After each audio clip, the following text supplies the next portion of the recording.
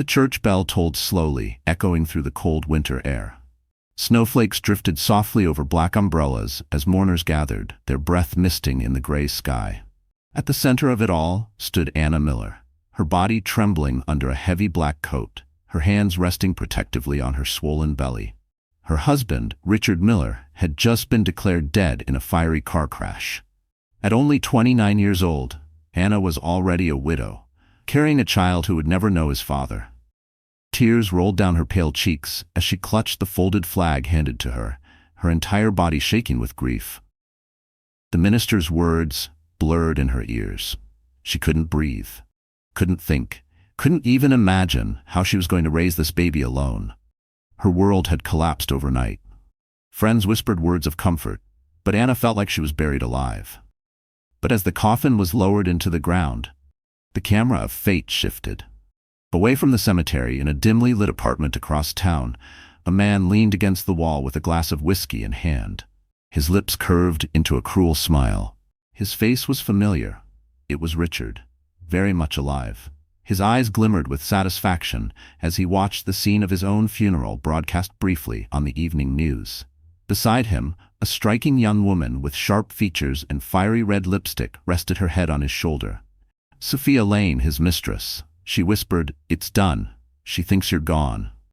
Richard smirked, his voice dripping with venom. "Good, soon she'll be gone too. No more wife, no more baby. Only us, and the life we deserve."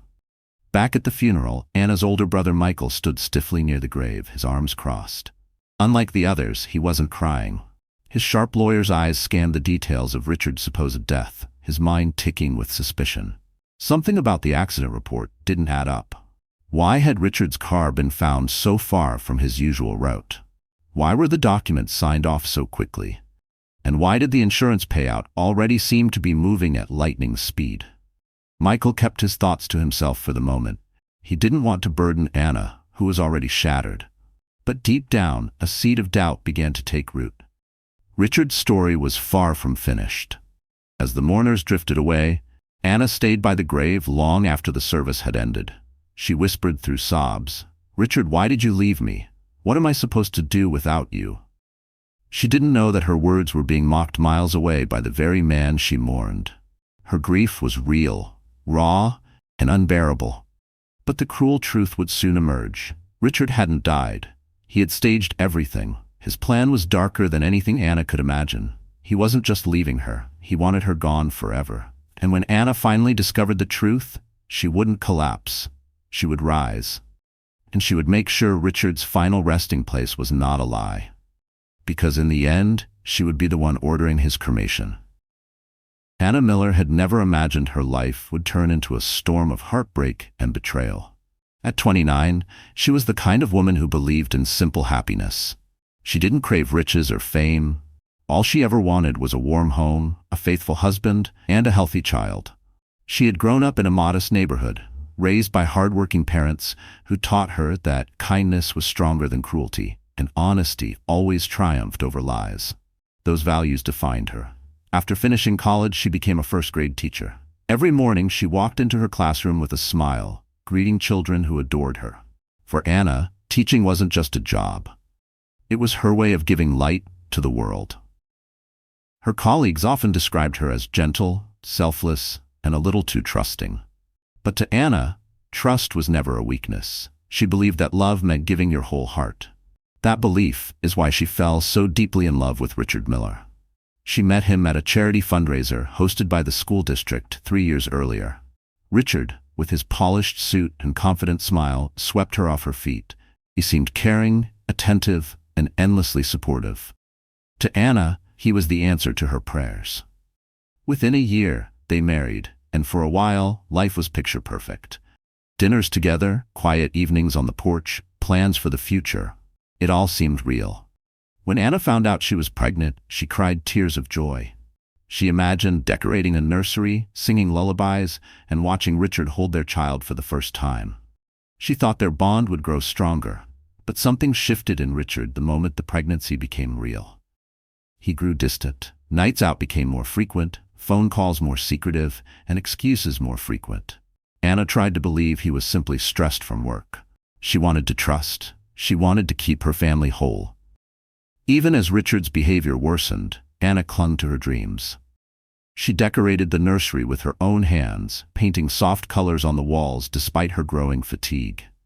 She read parenting books late at night, whispering promises to the little life growing inside her. Mommy will always protect you, no matter what.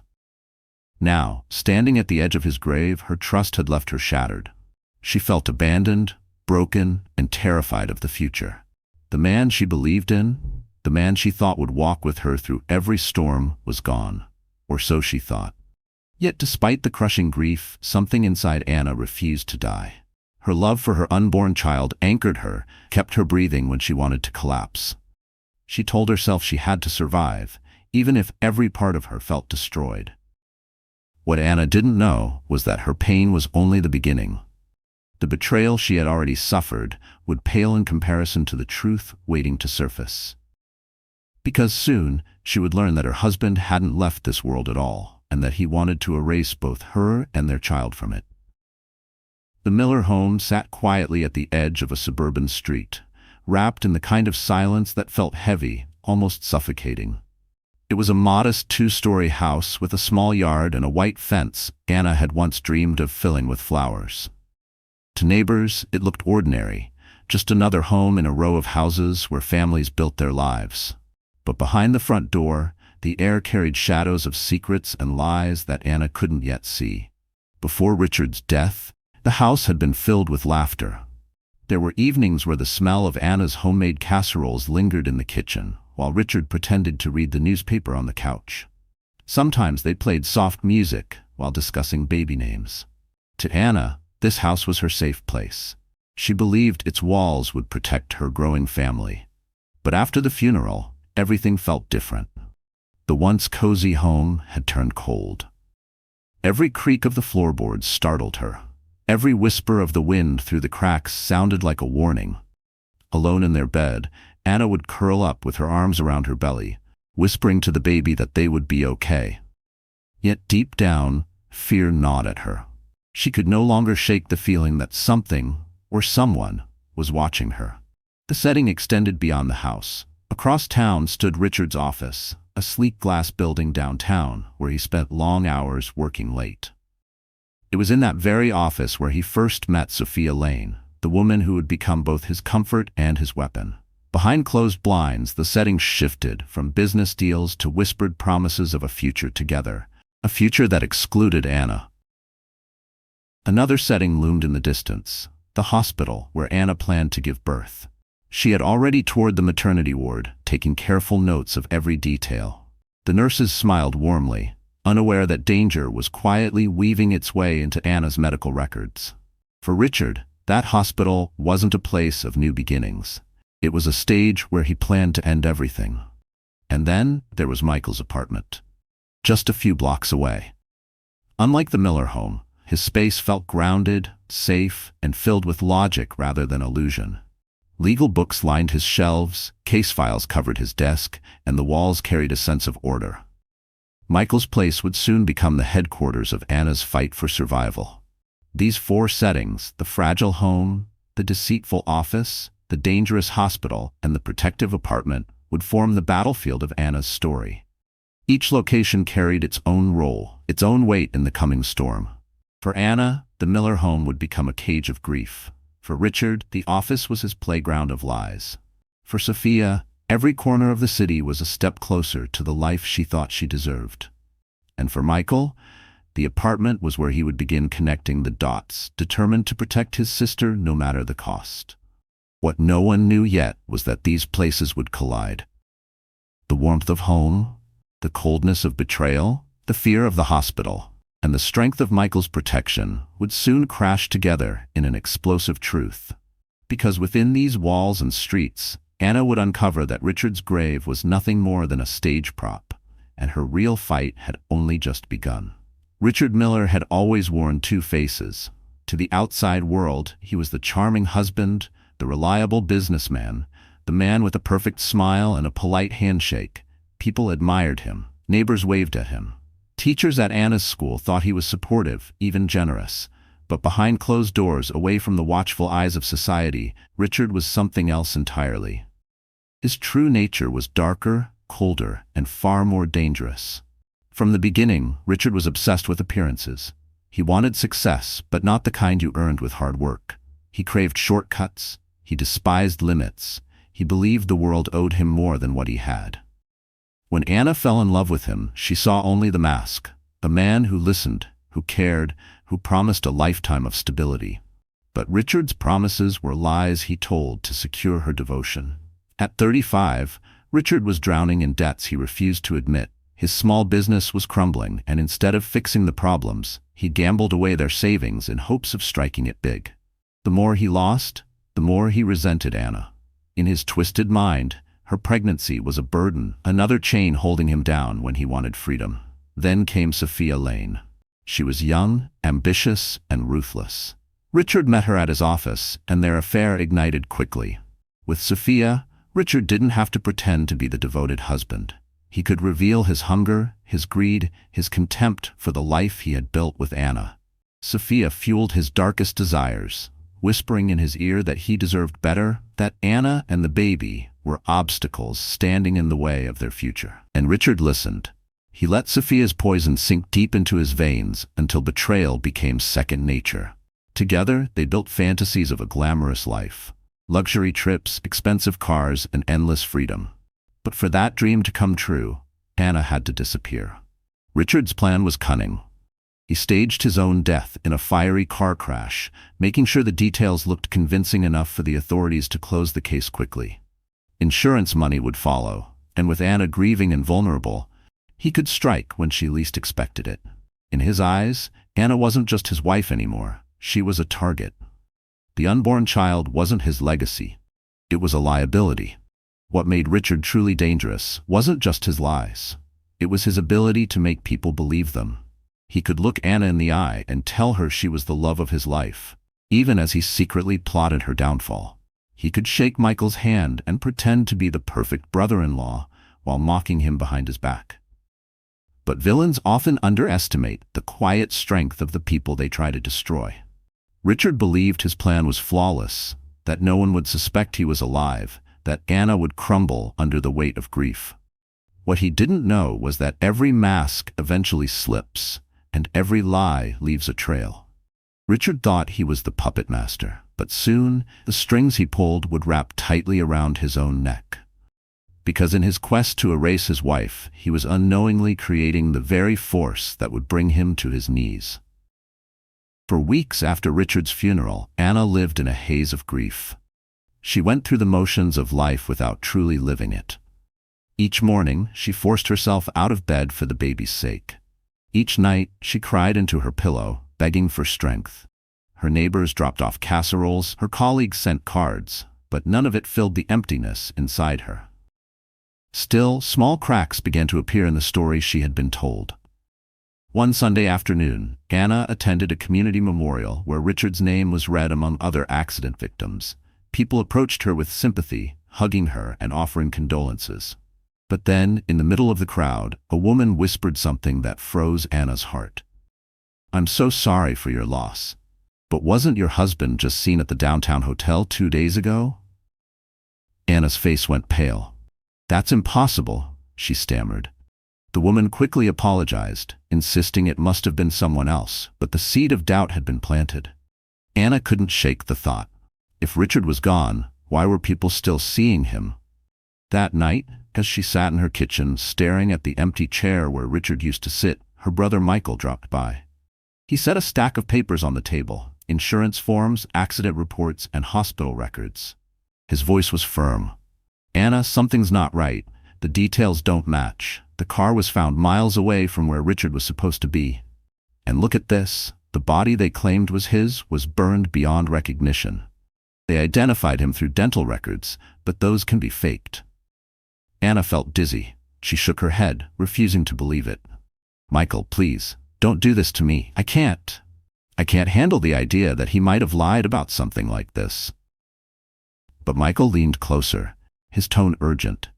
"I'm telling you, he's not gone. He wanted us to believe he was." Anna wanted to dismiss it, but the next day it delivered another blow. While shopping for groceries, she caught a glimpse of someone across the parking lot. A tall man in a dark coat, moving quickly, avoiding her eyes. For a split second, she swore it was Richard. Her heart raced, her hands shook, and she nearly dropped the bag of apples she was holding. "Richard?" she whispered into the wind, but the man disappeared before she could reach him. That night, the betrayal hit harder than ever.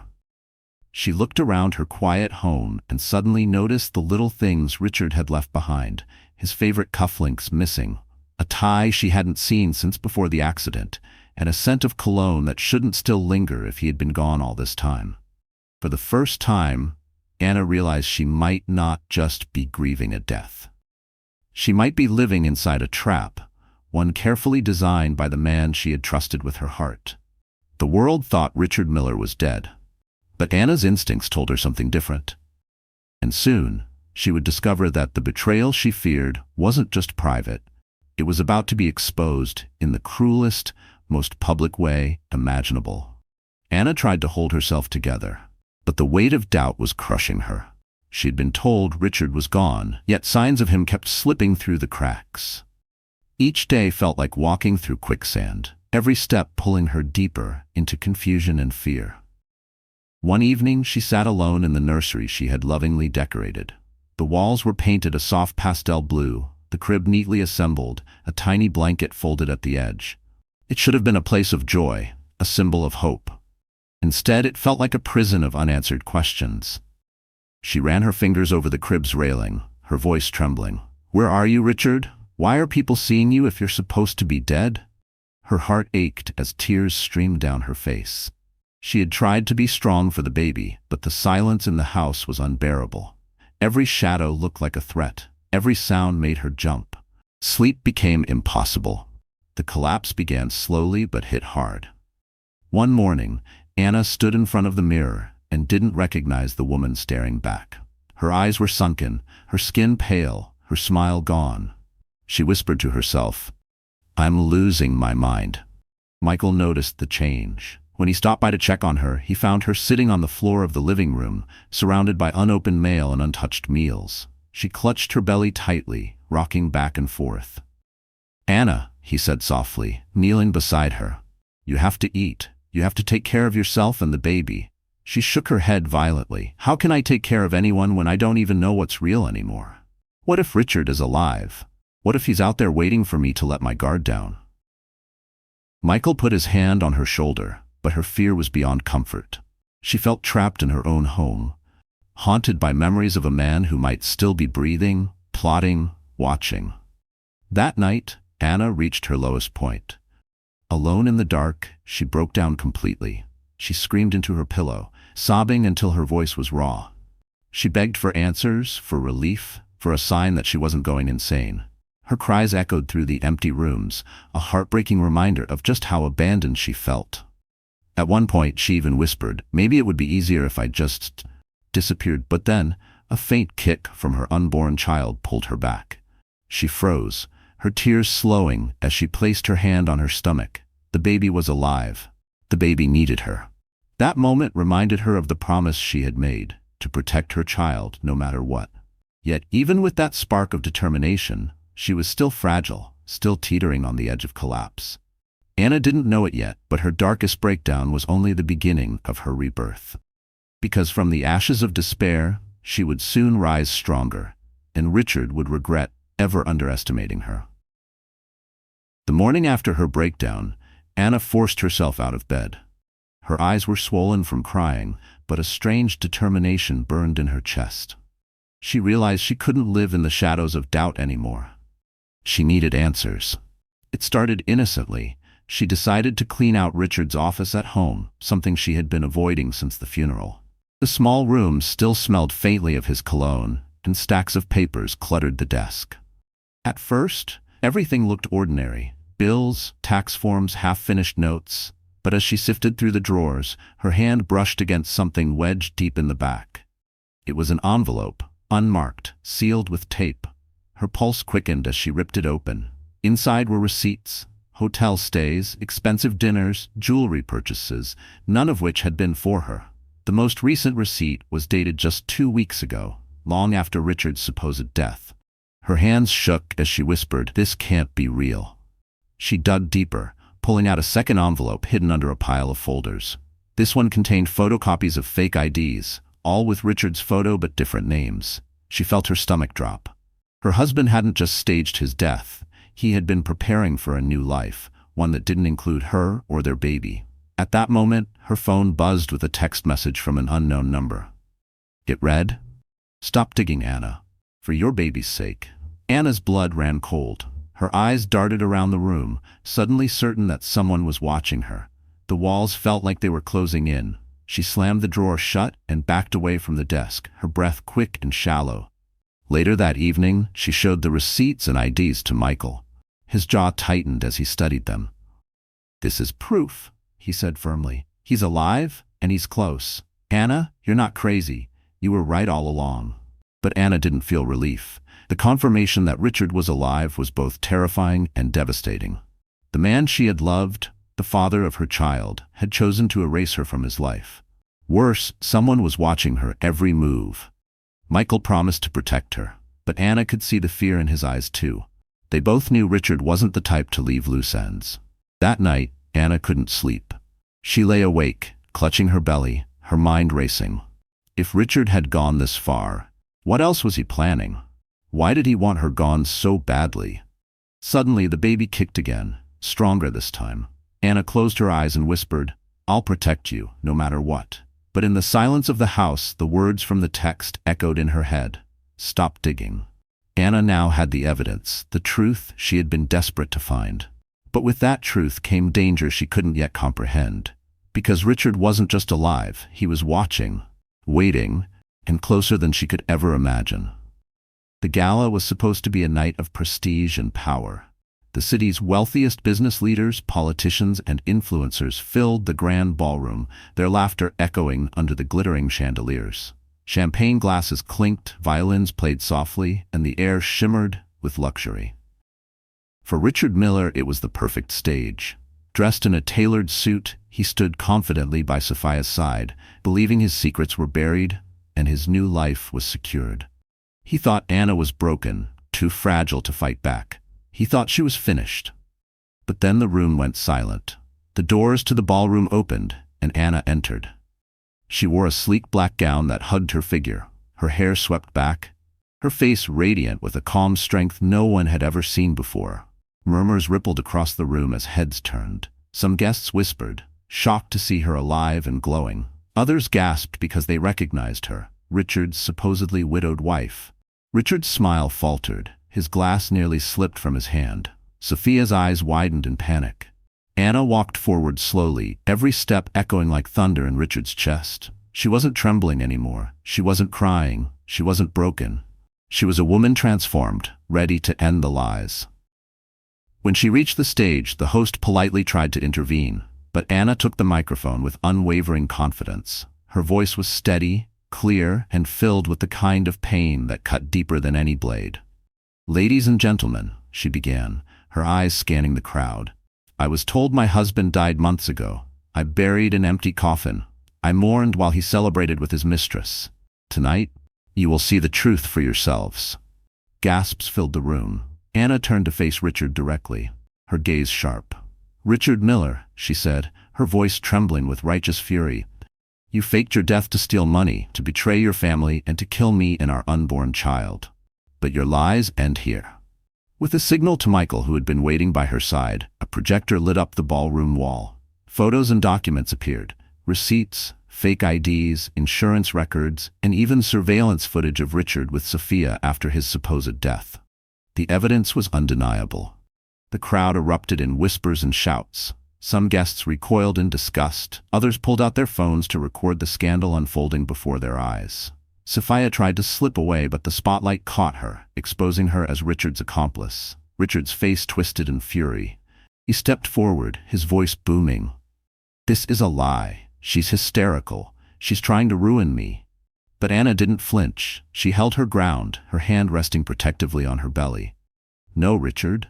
The only liar here is you. And tonight, the world finally sees you for what you are." In that moment, the man who had thought himself untouchable crumbled. His empire of deceit collapsed in front of everyone he had tried to impress. And Anna, once the broken wife, stood tall in triumph, turning his stage of power into his stage of downfall. The gala was supposed to be a night of prestige and power. The city's wealthiest business leaders, politicians, and influencers filled the grand ballroom, their laughter echoing under the glittering chandeliers. Champagne glasses clinked, violins played softly, and the air shimmered with luxury. For Richard Miller, it was the perfect stage. Dressed in a tailored suit, he stood confidently by Sophia's side, believing his secrets were buried and his new life was secured. He thought Anna was broken, too fragile to fight back. He thought she was finished. But then the room went silent. The doors to the ballroom opened, and Anna entered. She wore a sleek black gown that hugged her figure, her hair swept back, her face radiant with a calm strength no one had ever seen before. Murmurs rippled across the room as heads turned. Some guests whispered, shocked to see her alive and glowing. Others gasped because they recognized her, Richard's supposedly widowed wife. Richard's smile faltered. His glass nearly slipped from his hand. Sophia's eyes widened in panic. Anna walked forward slowly, every step echoing like thunder in Richard's chest. She wasn't trembling anymore. She wasn't crying. She wasn't broken. She was a woman transformed, ready to end the lies. When she reached the stage, the host politely tried to intervene, but Anna took the microphone with unwavering confidence. Her voice was steady, clear, and filled with the kind of pain that cut deeper than any blade. "Ladies and gentlemen," she began, her eyes scanning the crowd, "I was told my husband died months ago. I buried an empty coffin. I mourned while he celebrated with his mistress. Tonight, you will see the truth for yourselves." Gasps filled the room. Anna turned to face Richard directly, her gaze sharp. "Richard Miller," she said, her voice trembling with righteous fury, "you faked your death to steal money, to betray your family, and to kill me and our unborn child. But your lies end here." With a signal to Michael, who had been waiting by her side, a projector lit up the ballroom wall. Photos and documents appeared. Receipts, fake IDs, insurance records, and even surveillance footage of Richard with Sophia after his supposed death. The evidence was undeniable.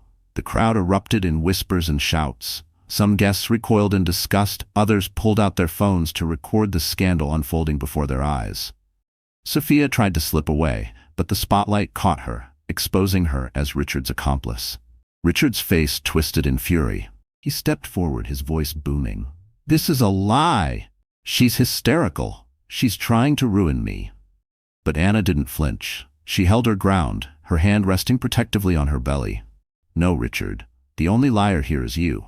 And tonight, the world finally sees you for what you are." In that moment, the man who had thought himself untouchable crumbled. His empire of deceit collapsed in front of everyone he had tried to impress. And Anna, once the broken wife, stood tall in triumph, turning his stage of power into his stage of downfall. The echoes of the gala still lingered in Anna's mind long after the lights dimmed and the cameras stopped rolling.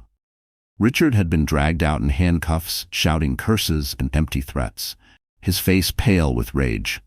Sophia had been exposed, her glamorous facade shattered in front of the very people she had hoped to impress. Justice was finally in motion, and the truth no longer belonged to whispers, it belonged to the world. But for Anna, the real victory wasn't just in Richard's downfall. It was in her own rebirth. In the weeks that followed, she focused on rebuilding her life from the ashes of betrayal. She attended every court session, standing tall as Richard's crimes were laid bare. She gave statements with calm dignity, never once lowering her eyes, never once allowing him to see her shaken. She wasn't the grieving widow anymore. She was the survivor who had turned her pain into power. Her son was born in early spring. The moment she held him in her arms, tears of pure joy streamed down her face. She whispered, "You saved me. You gave me the strength to keep fighting." The baby's soft cries filled the hospital room, washing away the echoes of fear that had haunted her pregnancy. Michael stood beside her, his hand on her shoulder, proud and protective. He had been her anchor through the storm, but even he knew it was Anna's resilience that carried her here. Watching her cradle her child, he realized his sister had become unbreakable. Months later, Anna stood before a group of women at a local community center. She had been invited to share her story, not as a victim, but as a voice of strength. The room was filled with mothers, wives, and daughters who listened intently as she spoke. "My husband thought I was weak," Anna began, her voice steady but emotional. "He believed that because I trusted, because I loved deeply, I could be destroyed. But he was wrong. What he saw as weakness was my greatest strength. Love does not make us fragile. It makes us unstoppable." The women leaned in, many wiping away tears. Anna continued, her eyes shining. "I survived betrayal, deception, and a plan meant to erase me. I survived because I chose to fight, not just for myself, but for the life growing inside me. To every woman here, never let anyone convince you that you are powerless. You carry strength inside you that no betrayal, no lie, no man can ever take away." When she finished, the room erupted in applause. Women stood, some hugging each other, others reaching for Anna's hands. She had touched something deep within them, a reminder that their worth, their strength, was greater than the pain they endured. That night, as Anna rocked her baby to sleep in the quiet nursery, she whispered her final vow. "You will grow up knowing that your mother never gave up. You will know that love and truth always win." And for the first time in a long time, Anna felt peace. The woman who was once meant to be erased had written her own ending, a story of survival, strength, and a victory no one could take away. The courtroom was packed. Reporters filled every bench, cameras lined the back wall, and the weight of silence pressed on the room as the trial of Richard Miller began. Once admired in social circles, Richard now sat in a prison jumpsuit, his hands cuffed, his eyes darting nervously. The mask of charm he had worn for years was gone. What remained was a desperate man stripped of power. Anna sat in the front row, her brother Michael beside her, her baby resting quietly in a carrier at her feet. She didn't come to gloat. She came for closure. For months she had carried the scars of betrayal, but now she would watch justice be done. The prosecutor painted a chilling picture of Richard's crimes. Evidence projected on a large screen revealed everything. The staged accident, the fake IDs, the insurance fraud, and most horrifying of all, the plan to eliminate Anna and their unborn child. Gasps filled the room as the details were laid bare. Richard had not only betrayed his wife, he had betrayed humanity itself. When Anna was called to the stand, she walked with steady steps. Her voice did not shake as she recounted the pain of burying an empty coffin, the terror of being stalked, and the heartbreak of discovering her husband had plotted against her. Every word was like a dagger to Richard's crumbling facade. He tried to glare at her, but she didn't flinch. She looked him straight in the eye and spoke the truth he could no longer deny. Then came Sophia's turn. Dressed in expensive clothes that now looked cheap under the courtroom lights, she tried to present herself as a victim. She claimed Richard manipulated her, that she never knew the full extent of his plan. But the evidence told another story. Text messages between her and Richard revealed her eagerness for Anna's disappearance, her promises of a new life built on Anna's suffering. The jury didn't buy her lies. Neither did Anna. As Sophia broke down in fake tears, Anna realized something important. This woman had once been her replacement, the shadow that threatened her life. Now she was nothing more than a desperate accomplice, exposed and powerless. After weeks of testimony, the verdict came. Richard Miller was found guilty on all counts: insurance fraud, conspiracy to commit murder, attempted murder, and faking his own death. The judge's gavel came down hard. Life in prison without the possibility of parole. Sophia faced her own punishment. Though she avoided the harshest sentence by testifying against Richard, she was convicted of conspiracy and fraud. Her career was destroyed, her reputation ruined, and her freedom cut short. The glamorous mistress who once dreamed of wealth and power would now live in shame and regret. As Richard was led away in shackles, he turned back toward Anna, his eyes burning with hatred. But Anna didn't look at him with fear. She looked at him with strength. He no longer had control. He no longer had power. His downfall was complete. In that courtroom, justice wasn't just served, it was delivered by the very woman he had tried to erase. When the trial ended and Richard was locked behind bars, Anna stepped outside the courthouse with her baby in her arms. For the first time in months, the air felt lighter. She inhaled deeply, as though her lungs had been starved of oxygen during the storm. The nightmare was over. But her healing journey was only beginning. At home, the quiet no longer terrified her.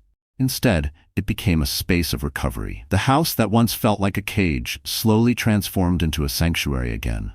She repainted the nursery, this time in soft yellow, a color that made her smile. She filled the shelves with books and toys, tiny promises of a future that would no longer be stolen from her. Every night she rocked her son to sleep, whispering lullabies with tears of gratitude in her eyes. "We made it," she told him softly. "We're safe now." Mommy kept her promise. His little fingers wrapped around hers, grounding her in the present moment. Still, healing wasn't easy. There were nights when the memories clawed their way back. Richard's face, Sophia's smirk, the chilling text messages. Some nights she woke up in a cold sweat, clutching her son, afraid of shadows that weren't really there. But she learned to breathe through the fear. She reminded herself that Richard was behind bars, that his power over her was gone forever. Michael remained by her side, visiting often, helping with the baby, reminding her she wasn't alone. He became more than a brother. He became a father figure to her son, filling the void Richard had left. Seeing Michael gently rock the baby or laugh as the child grabbed his tie gave Anna hope that her son would grow up surrounded by love, not lies. Slowly, Anna began opening herself back to the world. She returned to her job at the elementary school, greeted warmly by her students who had missed her. Their laughter filled her days with joy, their innocence reminding her of why she had chosen teaching in the first place. For the first time in a long while, she felt purpose beyond survival. On weekends, she started attending support groups for women who had endured betrayal and abuse. Sitting in a circle of survivors, she shared her story not with shame, but with pride. Each time she spoke, she grew stronger. She saw how her words inspired others, how her journey gave them courage to face their own pain. Anna realized healing wasn't about erasing the past. It was about reclaiming her future. It was about choosing not to be defined by betrayal, but by resilience. One evening, as the sun set in golden light across the yard, Anna held her son close and whispered, "You will grow up knowing the truth, but also knowing that love is stronger than hate. We are proof that darkness doesn't win." Her scars would always be there, invisible yet deep. But those scars were no longer marks of weakness. They were symbols of survival. Anna had not only survived Richard, she had risen beyond him, building a new life rooted in strength, love, and unshakable hope. Spring arrived gently, bringing warmth to the city after a long, bitter winter. For Anna Miller, it symbolized more than a change of season. It was the start of a new chapter, a life no longer haunted by Richard's lies, but defined by her own strength and choices. Each morning, sunlight spilled into her home as she held her son by the window. The boy's laughter echoed through the rooms, replacing the silence that once suffocated her. She watched him reach for the light with tiny fingers and thought, "That's what we're doing. We're reaching for the light together." Anna began to rebuild her world piece by piece. She returned to teaching, but with a deeper sense of purpose. Standing in front of her class, she carried not just lessons in math and reading, but in resilience. When her students asked why she had been gone, she simply said, "Sometimes life tests us, but if we keep believing, we can overcome anything." The children nodded, too young to understand the depth of her words, but they felt the warmth in her voice. Outside of work, Anna made changes that symbolized her new beginning. She planted a garden in the yard, something she had always wanted but never had time for. With each flower that bloomed, she felt a piece of her heart mend. She repainted the living room, letting bright colors chase away the shadows Richard had left behind. Financially, things were not easy. Richard's debts had left scars on their accounts, and though she received some compensation after the trial, it wasn't wealth that Anna sought, it was stability. With Michael's guidance, she created a plan, determined to provide for her son without depending on anyone else. Every step, every small victory, reinforced the truth. She was capable, she was strong, and she was free. In the community, Anna's story had spread. People approached her in the grocery store, thanking her for her courage. Women sent her letters, saying her strength gave them hope to leave their own toxic relationships. At first, Anna felt shy about the attention, but soon she realized that sharing her journey wasn't just about her. It was about helping others rise too. Michael remained her closest ally. he encouraged her to dream again, to imagine a future filled not with fear, but with possibilities. "You don't have to stay in the shadow of what happened," he told her one evening as they sat on the porch. "You can build something beautiful out of it." And Anna believed him. For the first time, she started to picture a life beyond survival. Birthday parties for her son, vacations by the beach, maybe even love again one day. Not love born out of desperation or lies, but love grounded in truth and respect. One evening, holding her son as he drifted to sleep, Anna whispered, "This is our new life. No more fear, no more betrayal, just us and the future we're going to build together." The storm had ended, but the horizon stretched wide with promise. Anna was no longer defined by what she had lost. She was defined by what she was creating. A life full of hope, dignity, and new beginnings. Months passed, and Anna's life began to feel steady again. She had settled into routines, teaching during the day, caring for her baby at night, and finding quiet joy in the simple moments she once feared would never return. The shadows of betrayal were fading, and for the first time peace seemed possible. But calm often hides storms waiting to strike. Richard Miller sat in his prison cell, his mind festering with rage. The once proud man now wore the face of a criminal, but inside, his arrogance had not died. He replayed his downfall over and over, consumed by one thought. Anna had humiliated him. She had taken everything, his freedom, his reputation, his control, and he couldn't accept it. One evening, as the guards patrolled the corridors, Richard scribbled furiously on a piece of paper. It wasn't a confession, it was a plan. Using connections he had built during his years of shady business, he reached out to men who owed him favors, men who operated outside the law. He promised them money hidden away, money that Anna didn't even know existed. All they had to do was deliver one final message for him. The message wasn't words, it was fear. A week later, Anna came home from school to find her front door slightly ajar. Panic shot through her veins as she rushed inside, clutching her baby close. The house looked untouched, except for the nursery. On the crib, a single sheet of paper rested.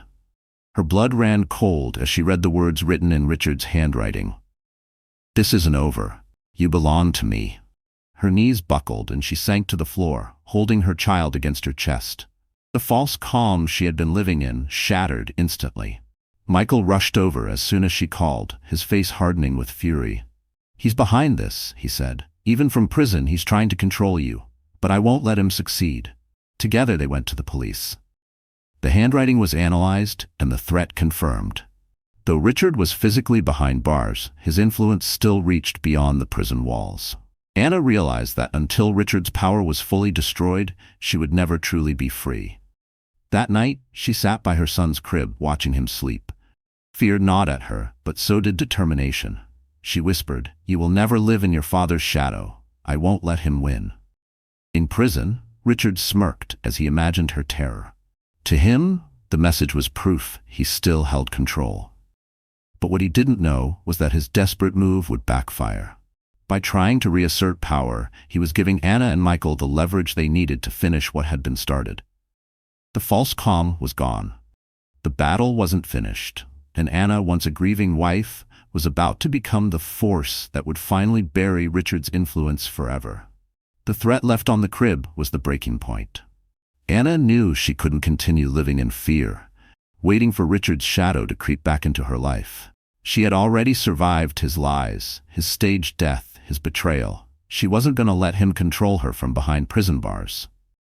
Michael understood this better than anyone.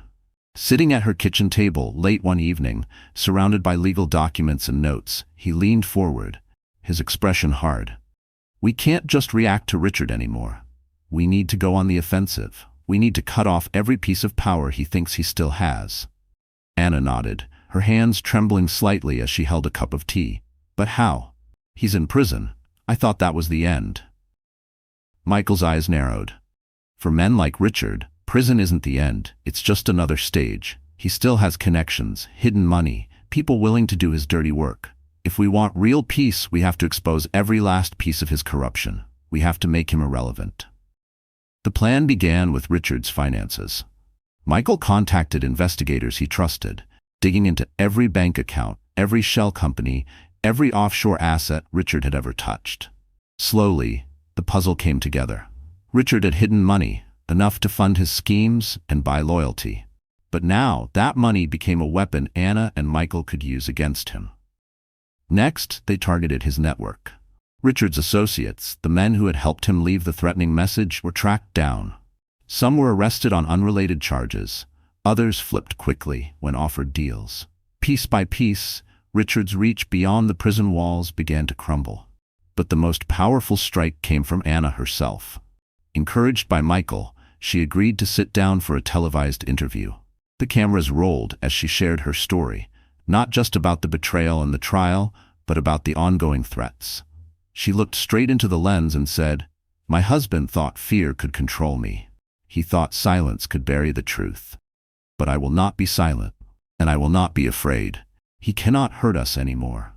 The broadcast went viral. People across the city and beyond saw her strength.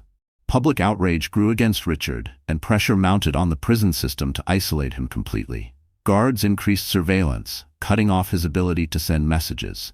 His so-called allies turned their backs, unwilling to be linked to a man whose power was disintegrating. When Richard saw the interview from a small prison television, his face twisted with rage. He smashed his fist against the wall, realizing the truth. Anna wasn't the broken woman he left behind.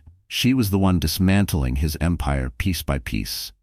Back at home, Anna felt a calm she hadn't known in years. She tucked her son into bed and whispered, "We're winning. He can't touch us anymore." It wasn't just survival anymore. It was victory in motion. Because by cutting Richard's strings, Anna was finally turning the man who once controlled her life into nothing more than a powerless ghost. Even as his empire crumbled and his influence faded, Richard Miller refused to accept defeat. Locked behind bars, stripped of wealth and allies, he still clung to the belief that he could twist the story in his favor. If he couldn't control Anna with fear, he would try something more dangerous: manipulation. It began with letters. One morning, Anna opened her mailbox and froze. Inside was an envelope marked with the prison's return address. Her hands shook as she tore it open. The letter inside was written in Richard's neat handwriting, dripping with false remorse. "Anna, I know I've hurt you. I know I've made mistakes. But I still love you. I love our son. Don't let Michael poison you against me. He's always hated me, and now he's filling your head with lies. Deep down you know the truth. We belong together. Please, bring the baby to see me. He deserves to know his father." Anna's stomach churned as she read the words. Love? This wasn't love. This was manipulation disguised as apology. For a moment she felt the old wounds open again, the longing for the man she thought Richard had been, the father she wanted for her child. But then her hands tightened around the letter and she ripped it in two. When she showed Michael, he wasn't surprised. "Classic Richard," he muttered. "When threats don't work, he plays the victim. He wants you to doubt yourself. Don't give him that power." But Richard wasn't finished. Weeks later, news broke that he had filed a motion through his lawyers. In a shocking twist, he was demanding visitation rights for the child he had once tried to destroy. The courtroom buzzed with disbelief as the request was read aloud. Richard, dressed in prison garb, stood tall and defiant. "I have a right to see my son," he declared. "Anna is turning him against me. I deserve to be part of his life." Anna's blood boiled. She stood, her voice clear and unwavering. "You tried to kill me? You tried to kill him before he was even born. You don't deserve to even say the word father." The judge's eyes narrowed, reviewing the evidence of Richard's past crimes. His manipulative ploy collapsed under the weight of his own history. The motion was denied, his last attempt at control publicly humiliated. But Anna realized something important that day. Richard would never stop trying. Even broken, even caged, he would keep reaching for ways to pull her down. That knowledge was terrifying, but it also strengthened her resolve. Outside the courthouse, holding her son in her arms, she looked into his innocent eyes and whispered, "He will never own us again. Not with threats, not with lies, not with anything." Inside prison walls, Richard seethed. His last manipulation had failed. For the first time, he felt powerless not just in body, but in spirit. And in that defeat, he began to realize the truth he had always denied. Anna had already won.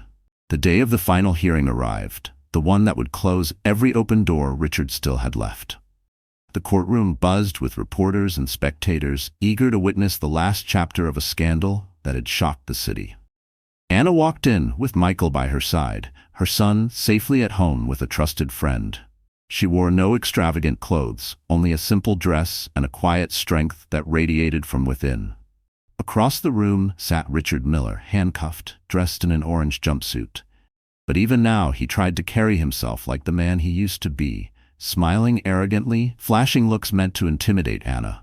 He believed that if he could just get under her skin one last time, he could reclaim some shred of control. When the judge called for Anna to testify, the room fell silent. She stepped forward, her heels clicking against the polished floor, and turned to face Richard directly. Her heart pounded, but her voice was steady. "For years I believed this man was my partner, my protector, the father of my child," she began. "But the truth is, he was my enemy. He faked his own death. He plotted to kill me while I carried his child. And when that failed, he tried to manipulate me with lies from behind prison walls." Richard smirked, interrupting. "You're dramatic as always, Anna. You loved me once. You still do. You wouldn't be here otherwise." Her gaze hardened. "You're wrong. I am here because I don't love you anymore. I am here because I love myself, my son, and the truth more than I ever loved your lies." Gasps rippled through the courtroom. Richard's smirk faltered, the power slipping from his face. Anna turned to the judge. "He wants to believe he still has control over me. But the only thing he controls now is the memory of what he destroyed, and I will not let him destroy anything else." The judge listened carefully, his expression firm. He reviewed the evidence one last time, the staged accident, the insurance fraud, the conspiracy, the threats. Finally, his gavel struck. "Richard Miller, your appeals are denied. You will serve life in prison without the possibility of parole. This court considers the matter closed." The sound of the gavel echoed like thunder. Richard lunged forward, his voice cracking. "Anna, this isn't over. You can't erase me." Anna turned to him one last time. Calm, composed, and unshaken, she whispered loud enough for him to hear. "You already erased yourself." The guards pulled him back as he screamed her name, his voice filled with desperation. But Anna didn't flinch. She walked out of the courtroom with her head high, her brother at her side, leaving Richard behind forever. In that moment, the roles had reversed completely. Richard was the prisoner, not just of the system, but of his own hatred and failure. And Anna was free, free to live, free to love, free to build a future untouched by his poison. The final confrontation was not about anger or revenge. It was about closure. And with that closure, Anna sealed Richard's fate and opened the door to her own lasting peace. While Richard's fate was sealed in prison, Sophia Lane's downfall unfolded more slowly, like a tower crumbling brick by brick. She had once imagined herself living a glamorous life by Richard's side, dripping in wealth and luxury. Instead, she found herself despised, exposed, and utterly alone. The scandal had destroyed her career. Once a polished executive assistant with ambitions of climbing higher, she was now blacklisted from every company in town. Employers saw her not as a victim, but as a co-conspirator. Every resume she sent was met with silence. Every interview cut short once her name was recognized. Sophia's beauty and charm, which she had wielded like weapons, no longer opened doors. Her finances quickly unraveled.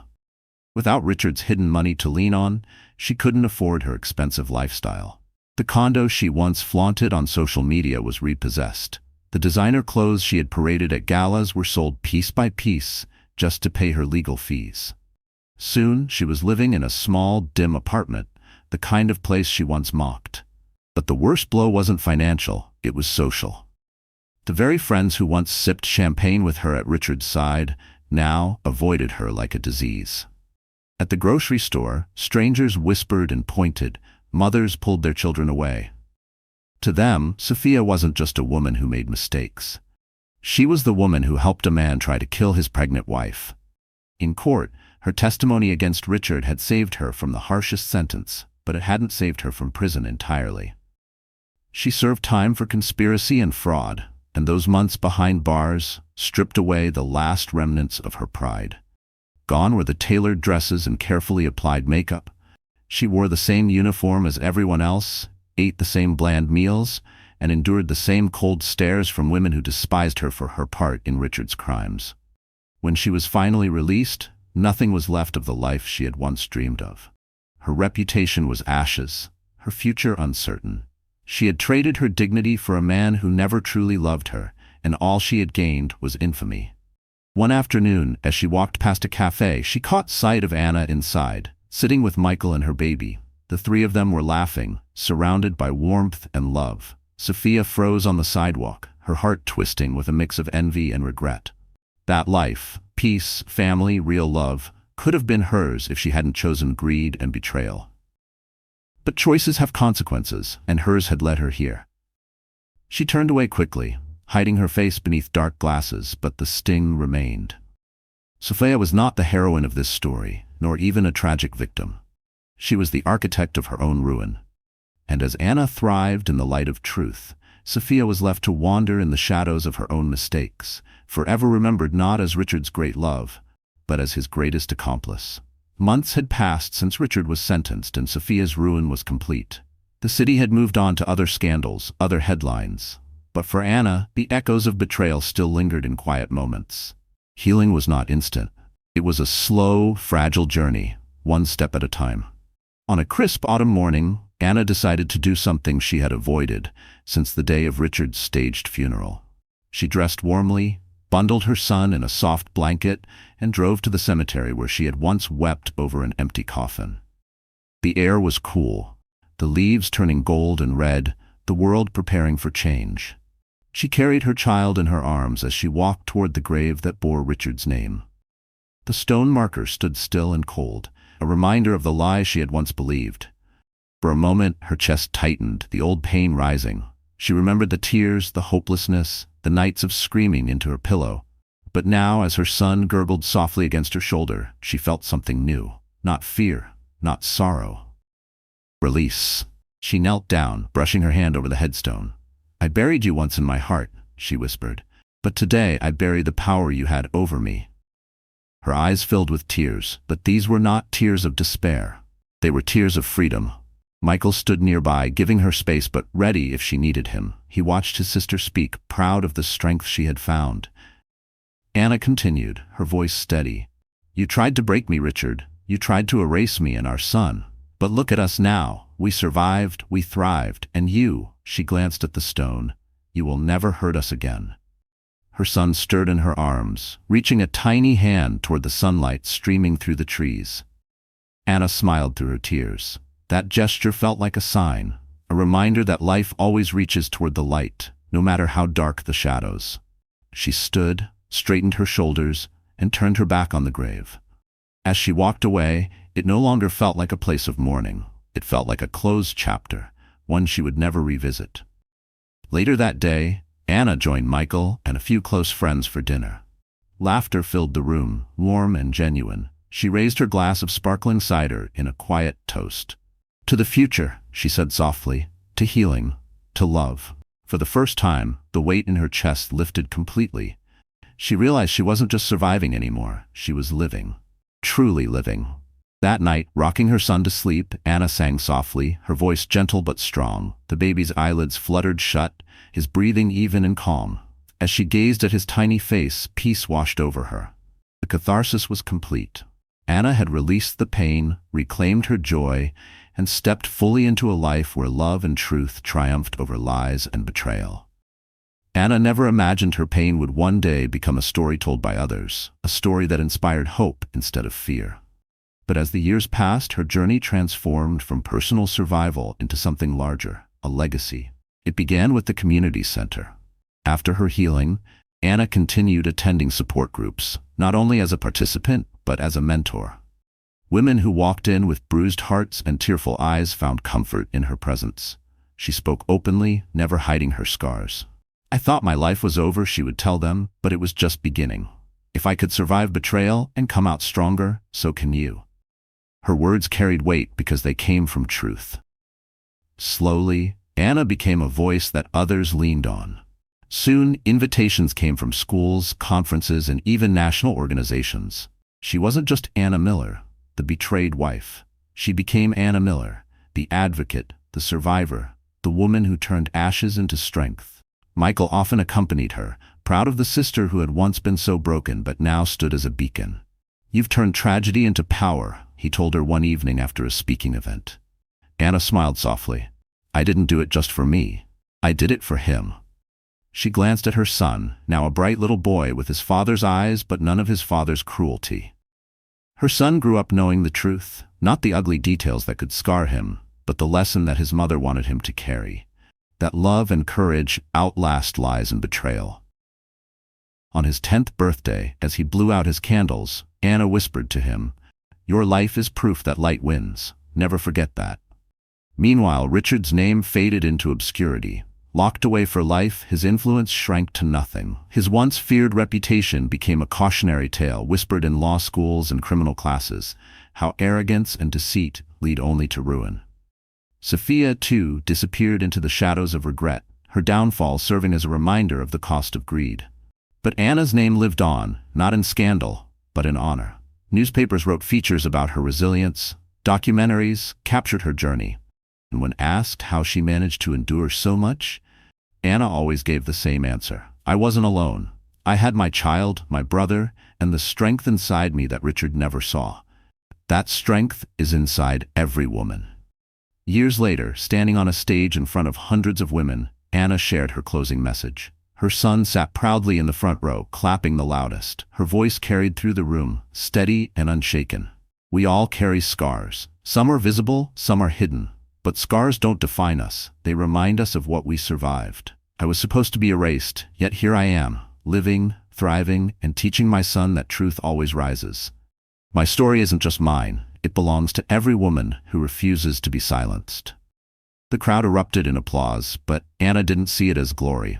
She saw it as healing not just for herself, but for everyone who found courage in her journey. Anna's legacy was not betrayal, not pain, not fear. It was survival, strength, and the undeniable truth that no one, not even Richard, could take her life away from her again. So that's it, my wonderful friends. The story has reached its end. And if you are still here with me right now, it must mean something has touched your heart in some way. Maybe it's Anna's courage. Maybe it's the reminder that no matter how heavy betrayal feels, healing is possible. This story is not just about Richard's downfall. It's about Anna's rebirth. It's about learning that strength often shows up in the quietest moments, the moment you choose to get up, to fight, to keep moving forward.